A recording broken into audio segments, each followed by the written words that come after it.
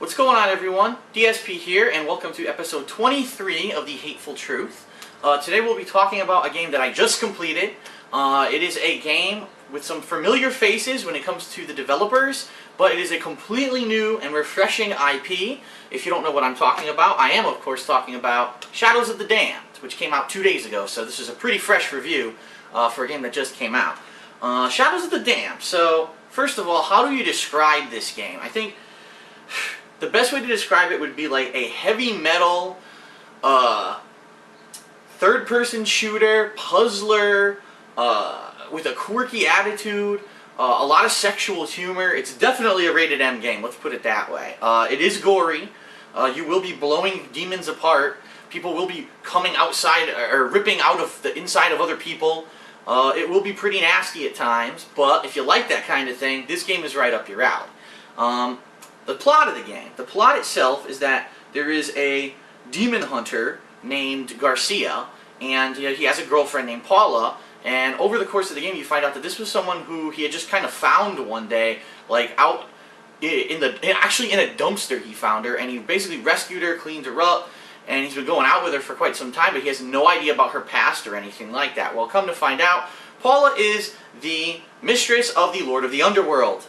And she had escaped to Earth, and Garcia had saved her, but now basically the Lord of the Underworld is coming after her and sending legions and legions of demons. So basically, the game starts, Paula gets kidnapped, and now it's your job to rip through hell with all kinds of really cool weapons and to save Paula. Now, if I wanted to compare this game to something, I would probably say it's very similar to the gameplay of something like Resident Evil 5. And it's funny that I say that because the two developers who are familiar to us that basically worked on this game are Shinji Mikami, who was the developer of Resident Evil, and Akira Yamaoka, who is a very good and very well-known music composer over in Japan and works on many major games. So this is kind of like a dream team, taking two people who are well-respected in the game development community and throwing them at a brand new project rather than just another sequel. I mean, I am so refreshed that I played Shadows of the Damned instead of, say, Resident Evil 6, you know? I think that we needed a break from that, and we needed to really move on to something interesting and different, and that's what this game is. Now, comparisons to Resident Evil, just like Resident Evil 4 and 5, it's a third-person perspective, over-the-shoulder camera. You're going to find that actually the attack style and the graphical style of this game is very similar to Resident Evil. The enemies are large, they kind of come at you, they lunge at you just like the zombies or the Mangini or whatever they were called in Resident Evil 5. Who knows what the hell they were called, like fucking all this weird terminology, but it's very similar to that. You're going to have enemies like that some of them will be slow, lumbering, almost zombie-like. Then you'll have faster enemies that you'll have to shoot. How do you perform combat? Well, you have a melee attack, but also you have 3 different weapons which you unlock over the course of the game. A standard handgun, which is called the Boner. Yes, there is a lot of that kind of sexual humor in this game. A shotgun, which starts off called the Man Cushioner, and later on gets called like the Skull Crusher or Skull Cushion or something like that. And then a machine gun. And basically, there's different ammo types that you find throughout the game, which all are in tune to this demon hell-like kind of theme. You know, use skulls, teeth, and bones as your ammo. Now, during the course of the game, there's going to be a lot of puzzle solving, and there's a really cool element in this game that's called darkness. And what happens is it's kind of almost like a light world and a dark world.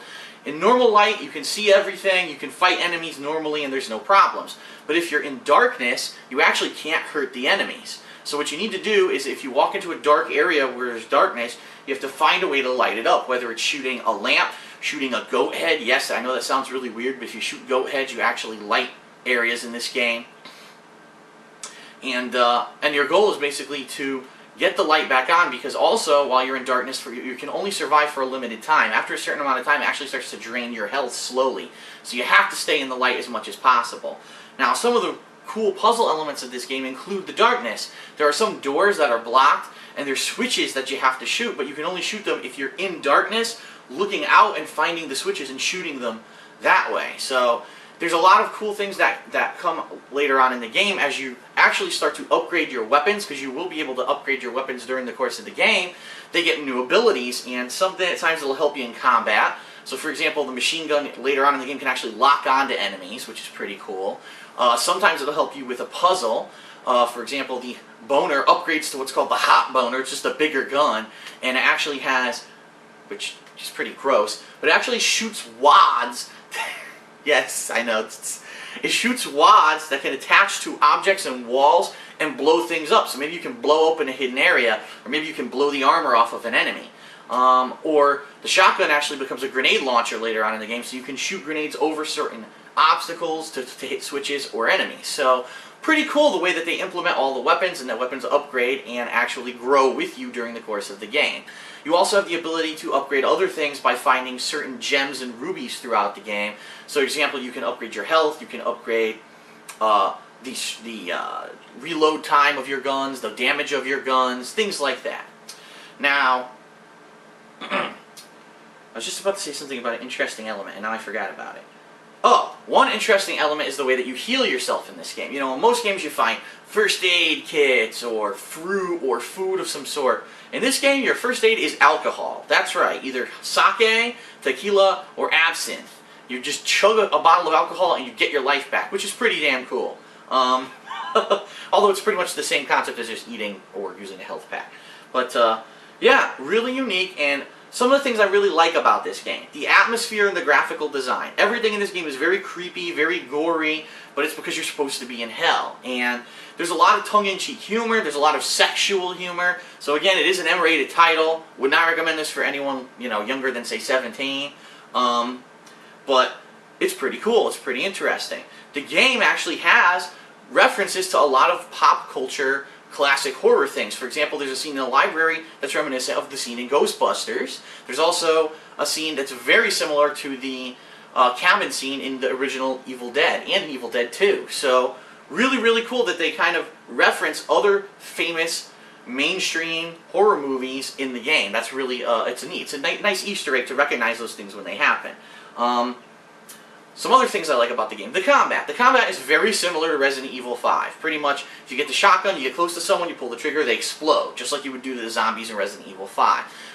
The handgun, one of your best weapons. As you level it up, it becomes more powerful, and you can get easy headshots. Just like Resident Evil 5, with every single weapon, you have a laser sight. So that's how you line up your headshots, or you can use it to take off different limbs and incapacitate your enemies that you're fighting. So really cool combat, very similar to Resident Evil 5. If you like that kind of combat for Resident Evil 4 and 5, this game is right up your alley, okay? And the puzzle element combined with that really gets a lot of variety of gameplay. I really was entertained by solving some of these more difficult puzzles, even though some of them were a little bit confusing, because the game doesn't necessarily explain what you're supposed to do in all situations. When you finally figure out the solution to what you're trying to do, you actually feel rewarded, you feel fulfilled, like, man, I really just accomplished something. And there are some boss battles as well, which are some are smaller scale, some are larger scale. There are also some mini bosses in the game that are pretty neat.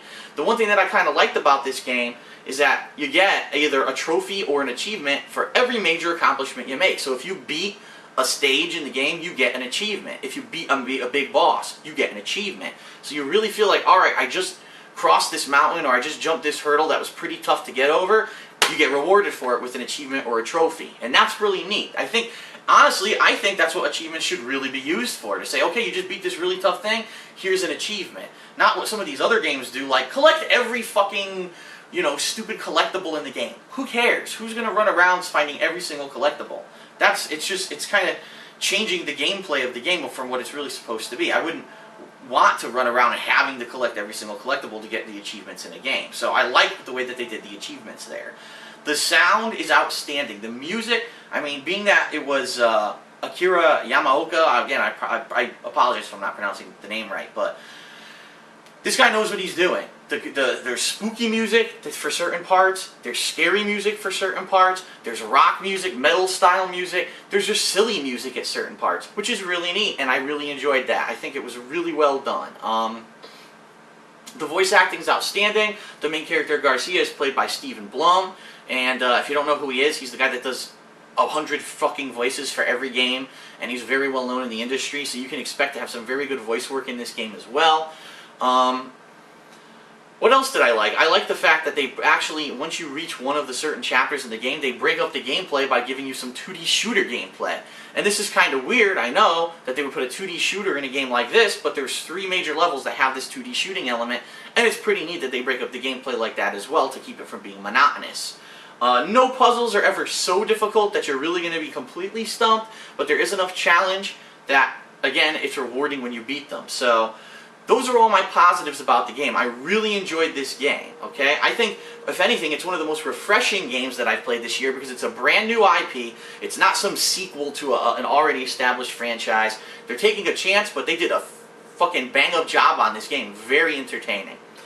Now, again, I am a very fair and honest reviewer, so let's talk a little bit about some of the negatives. First of all, the camera, in some cases, gets really fucking annoying. You might be trying to do something in front of you, and then all of a sudden the camera whips around, and you don't know what the fuck's going on. You might get caught in a corner when fighting certain enemies. It can get annoying. It's not all the time, but a couple times it happened to me during the course of the gameplay.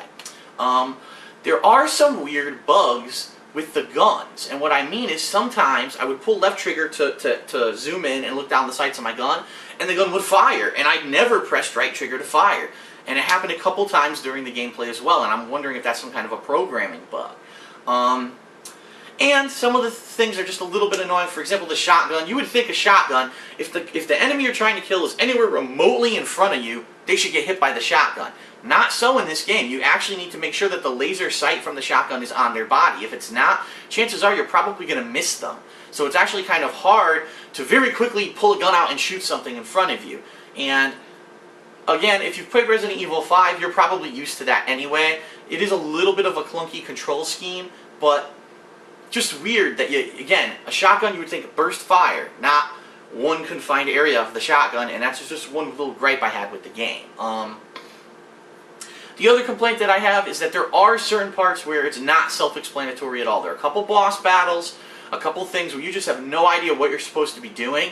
Once you figure it out, you're finally like, yes, again, you feel rewarded, like you accomplished something because you figured it out. But it can be pretty frustrating if you're spending 10 to 15 minutes redoing the same thing over and over simply because the game isn't giving you any hints on what exactly you're supposed to be doing to either kill that boss or solve that puzzle. But if anything, I think this game is a really good combination of Resident Evil style gameplay with really intelligent puzzles, fun bosses, some humor that sometimes can be forced, especially with a lot of the sexual humor. But besides that, I think that it's a pretty neat and fun and interesting and original game. It takes elements from Resident Evil, which they knew worked, and they combined it with some new graphical design, a new art style, great music, interesting characters, great voice work. I mean, really good. Really, really good. So overall, what would I rate this game? First of all, I would like to tell you, this is one of my favorite games of the year so far. Now, we're only 6 months in. It's the end of June. But this is one of my favorites. And for me, this could be a Game of the Year contender, depending on how people do with all these 700 sequels that are coming out later this year. Because you know it could be hit or miss. I would say that overall, I enjoyed the game a lot. I would recommend this game as a purchase because it is, I'd say I believe it's just under 9 hours long. But there is some replayability. If you ever do want to go back and try to find all of the items, you can do that. And there are some achievements like killing a certain amount of enemies with certain weapons, which you probably won't get them all during your first playthrough of the game, so you might want to go back and play it again. And of course, if you play it on a harder difficulty, you can get a whopping 100 achievement points. That's right. If you beat this, I believe, on insane difficulty or hard difficulty, I think you get 100 achievement points. That's pretty crazy. But yeah, me just on my first playthrough of the game, I got almost 700 achievement points, and I wasn't achievement hunting or anything either. I was just playing the game, so that's pretty cool.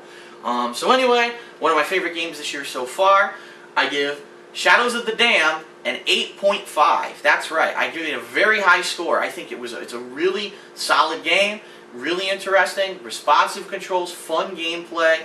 The way that they break it up, there are a couple gripes that I have with it, so it's not perfect. I can't give it a 9 or a 10, but I enjoyed it for the most part. If anything, the only reason I'm not giving it a higher score is because it is pretty similar to the gameplay of Resident Evil 4 and 5. So, even though it is a new IP, technically it does lift a lot from those games, And if it had been completely original, if there was just a little bit more originality, if it had been changed just a little bit more maybe, I probably would have given it a 9 or higher, and it would have been one of my major contenders for Game of the Year. But being that it is going to kind of be like, you're going to feel at home. If you play Resident Evil 4 and 5, you're going to feel at home playing this game because it's the same kind of a deal. So that's it. Shadows of the Damned, really solid, new IP. I hope they continue it. The game, the way it ends, I won't spoil it, but there's definitely leads potential for the game to continue and to have a sequel, which is great.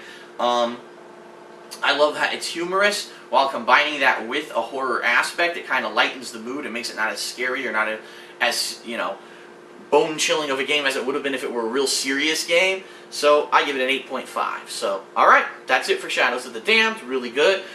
Right now, one of my contenders for Game of the Year, I'd like to see who can beat them. So let's see, guys, you know, game developers, get your work cut out for you. Get together, put some work together. Let's see how you do with all these games coming out for the rest of the year, especially these sequels that, like Uncharted 3 and, you know, Skyrim, all these games that have massive potential. Will that actually live up to the hype? I guess we'll have to see. But Shadows of the Damned did a damn good job. So, I'm DSP. It's been The Hateful Truth. I hope you enjoyed it, and I'll see you later.